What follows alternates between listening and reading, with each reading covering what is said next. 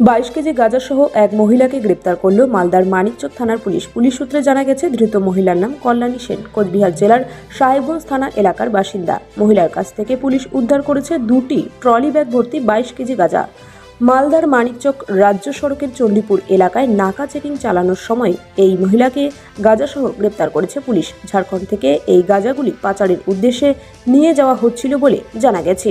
এই গাঁজাগুলি ইংলিশ বাজার ও কালিয়াচক থানা এলাকায় পাচারের উদ্দেশ্য ছিল। বুধবার ধৃত মহিলাকে 7 দিনের পুলিশি হেফাজতের আবেদন জানিয়ে মালদা আদালতে পাঠিয়েছে মানিকচক থানার পুলিশ।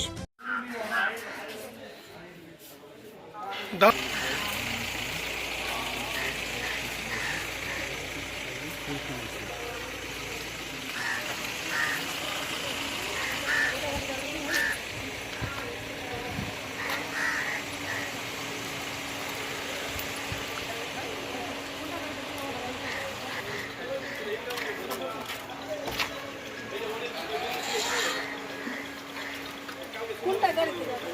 এই গাড়ি কোনটা যাবে গো?